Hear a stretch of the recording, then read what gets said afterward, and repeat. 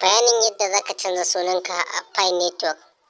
To amma kafin mu shiga cikin bidiyon, idan kai farkon zuwa wannan YouTube channel ta wani, ina mai roƙonka da ka taimaka ka danna min subscribing, domin hakan ne ke ba mu ƙwarin gwiwa muke kawo muku sababbin bidiyo akan abin da ya shafi harkar waya ko cryptocurrency. To assalamu alaikum jama'a, kamar yadda dai kuka sani cewa ni ne Gaddafi Gboy TV. Yau na zo muku da sabon bidiyo wanda zai burge kowa da kowa, kuma wanda kowa yake sauraron zuwan shi, wanda mutane da dama suna sauraron su ji wannan bidiyo. To yau gashi ya samu bidiyo ne akan yadda zaka canza sunanka a account ɗinka na Pi Network. Zaka yi requesting email to Pi Network, yadda zaka canza sunanka, idan ma zaka canza password ko kuma zaka yi canjin phone number, duk ana yi ta wannan hanyar. To amma akwai bayanin da nake so in yi wa jama'a, wanda nake so ku tsaya ku saurara sannan kuma ku fuskanta. Canjin suna ne wanda za ka yi requesting. Wasu, kamar yadda wani ya yi bayani a Facebook, ya yi bayanin cewa mutum zai canza suna. To amma ka sani fa, kar ku ce wai an kawo muku bidiyo za a yi kaza, za a yi kaza. Ka san wasu za su yi cewa ai wannan ma sun kawo ne don su damfari mutane ko kuma domin su yi kaza. To duk ba wannan ba ne, ta cikin Pi app ɗinka ne, kuma Pi sun riga su suka yi updating wannan abun. Ballantana ma ka ce wai scam ne ko kuma wai hanya ce ta za a yi maka yahoo ko kuma za a cuce ka. To duk ba haka ba ne abu. Za ka yi requesting ne, za ka tura wa Pi Network email akan kana so ka canza sunanka. To idan Allah ya taimake ka suka yi selecting, sai su canza maka, domin da yawa idan an tura suna karɓar na wasu kuma suna yin karɓar su. To idan Allah ya taimake ka suka zaɓe ka a cikin waɗanda za su karɓi nasu, to ka ga ka riga da ka tsallake. Allah ya taimake ka. To abu na farko da za ka yi, sai mu shiga cikin bidiyo domin ka tsaya ka gani, sannan kuma ka tsaya ka lura, ka ankara da duk abin da za mu kawo. Ka tsaya ka bi wannan bidiyo a ɗaya bayan ɗaya domin ka ga abin da za a yi, domin ka je ka yi requesting. Idan Allah ya taimake ka, sai ka ga ka tsallake, sun zaɓe ka a cikin waɗanda za su canza suna, domin kana tura requesting ne akan su za ka yi canjin kaza ko za ka gyara kaza, su kuma sai su amsa maka, su turo maka ta email ɗinka, sai ka accepting. Gani haka, kamar yadda kuka gani haka, gashi nan KYC, ga dai sunan dai, har da ma ga can ƙasa an sa new Facebook account installing. Duk dai gashi nan dai abu ne dai wanda ya shafi matsaloli waɗanda za ka iya requesting domin su gyara maka a cikin Pi application ɗinka. Idan ka shiga Pi application ɗinka, za ka shiga wajen chat. A wajen chat za ka gani gashi nan inda za ka shigo, zai kawo ka wannan waje. Idan ya kawo ka, sai ka jira yana searching. To gashi ya buɗe, duk gashi nan za ka ga sun rubuta maka bayanai da dokoki da kuma tsarukan da ake bi. Nan kuma akwai inda za ka ga akwai inda mutane suke yin reply, amma ka kula akwai bayanan nasu wanda suke ɗora, akwai kuma na mutane. To wannan mai jan na sama, gashi nan zan yi muku tikin a kai, shi za ka taɓa, sai ka jira ya buɗe maka. Idan ya buɗe, sai ka yi ƙoƙari, idan ka taɓa zai kai ka cikin browser Chrome ɗinka. Idan kuma baka da Chrome, zai kai ka cikin wata browser taka wacce take akan wayarka. To kamar haka yanzu gashi kun ga ya buɗe account setting. Duk gashi nan dai za ka ga sun yi bayanai da kuma rubutu. Za ku ga a farko ma suna nuna muku cewar gashi nan account me dai gashi nan. To can ƙasa gashi nan idan ka duba, za ka ga change name, change your password, duk dai gashi nan, change your phone number, duk dai gashi nan abubuwa iri har da delete account. To sai ka zaɓi abin da kake so ka yi a wajen. Da farko sai ka koma can sama wajen waɗannan gidan da aka yi, wannan column ɗin, sai ka cike su. Za ka sa Pi username ɗinka, sannan za ka dawo ka sa sunan ƙasarka. Kamar haka za mu rubuta, sai ku ɗan jira mu, gashi nan muna rubutawa.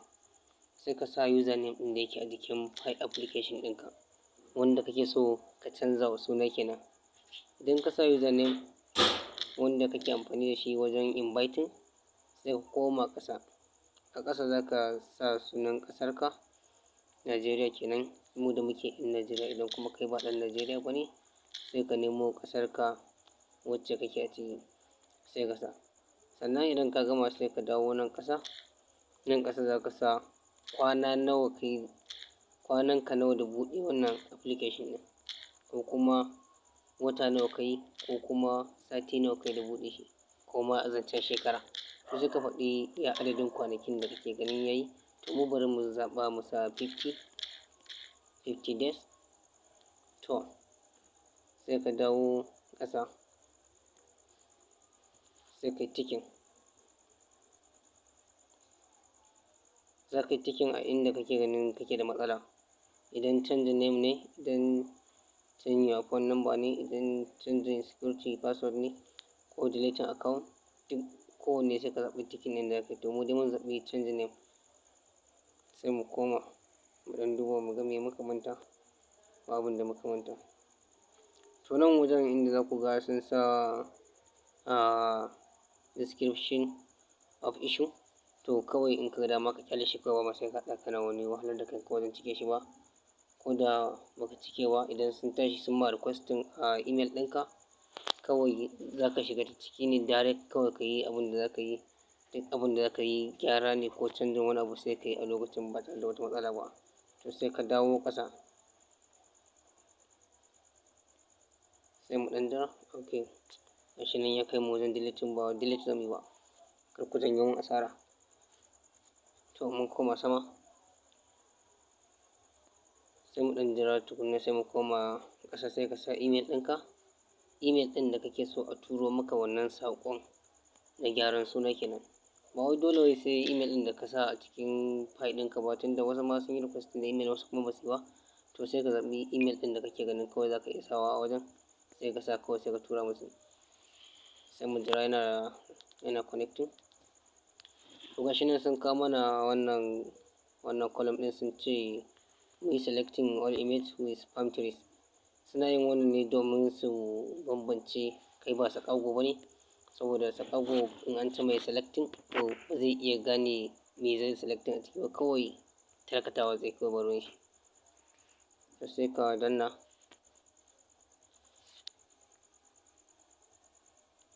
Ok, ya dawo da mu baya. Ina ganin akwai matsala kenan. Bari mu duba me. Ok, a wajen tambayar wannan ne, abin da kake amfani da shi waya ce ko kuma kwamfuta, ko dai wani nau'in na na'ura. To ba mu amsa ba, kawai muka wuce kai tsaye. To amma bari mu tsaya mu gyara. Nan dai duk bayanai ne, idan kun tsaya kun lura, bayanai ne akan duk yadda abin yake. Idan ma mutum yana da kokwanto a kai, in ya karanta sai ya gane cewar ba wai wannan abun ba wai scam bane, ba kuma an kawo shi domin a cutar da mutane bane. To gashi mun dawo baya, sai mu sake cikewa. Gashi nan wanda za ku shiga, ina ƙara tunatar da ku, wannan mai jan rubutun da ku shiga, za ku gan shi da tambarin M. To shi za ku yi clicking, shi za ku shiga. Duk a cikin waɗannan, duk wanda kuka zaɓa za ku iya ɗauka ku yi amfani da shi.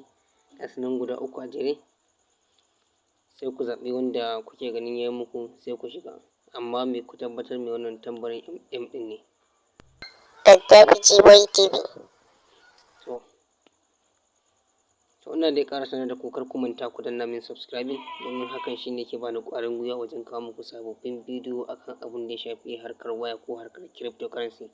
Duk da dai mu 'yan koyo ne a harka, kuma dole a ilimin da kake da shi, dole sai ka samu na gaban kama, ba ma na gaban ka ba, ko ma in ce sai ka sami iyayenka a cikin harkar. To duk abin da muka yi kuskure, sai a yi ƙoƙarin sanar da mu, sannan kuma a ba mu shawara. Sannan kuma ba ma buƙatar a ce an hantare mu, ko an zage mu, ko an ci mutuncin mu. Duk ba wannan bane ya kawo mu, kuma ba haka muke buƙatar mu yi da mutane ba. Duk nan na tsaya muku ne domin ku fuskanci abun. Kowa ka san wani fahimta ne, wani idan ya zo kawai ba sai ka tsaya kana waɗannan bayanan ba ma, ya riga ya sani. Sannan kuma wani ko yana da ilimin abun, sai ka tsaya ka mai bayani yadda dai ya kamata a ce ya gane. To gashi mun dawo, sai mu tsaya mu ciccike. Za ku ga cewa duk sun kawo wani bayani, suna cewa suna ba zai canza ba, ko kaza ko kaza. Duk dai wannan update ɗinsu ne da baya. To amma kuma suna sabunta update, sannan kuma in sun sabunta ba sa cire tsohon. Wannan update ɗin nasu ne suka ɗora akan yadda za ka yi requesting. Dama ce Pi Core team suka bayar, su a karan kansu kenan suka fitar da wannan damar. Idan mutum yana da dama sai ya yi musu requesting, idan Allah ya taimake shi, Allah ya ci da shi, sai ka ga sun ba shi dama ya canza sunan shi na Pi Network. To shi ne dalilin da ya sa wasu sun san da wannan hanyar, wasu kuma ba su sani ba. To gaskiya ya kamata a ce irin wannan waɗanda ba su sani ba ana yin bidiyo ana sanar da su ga abin da ya kamata su yi, ga abin da za su yi.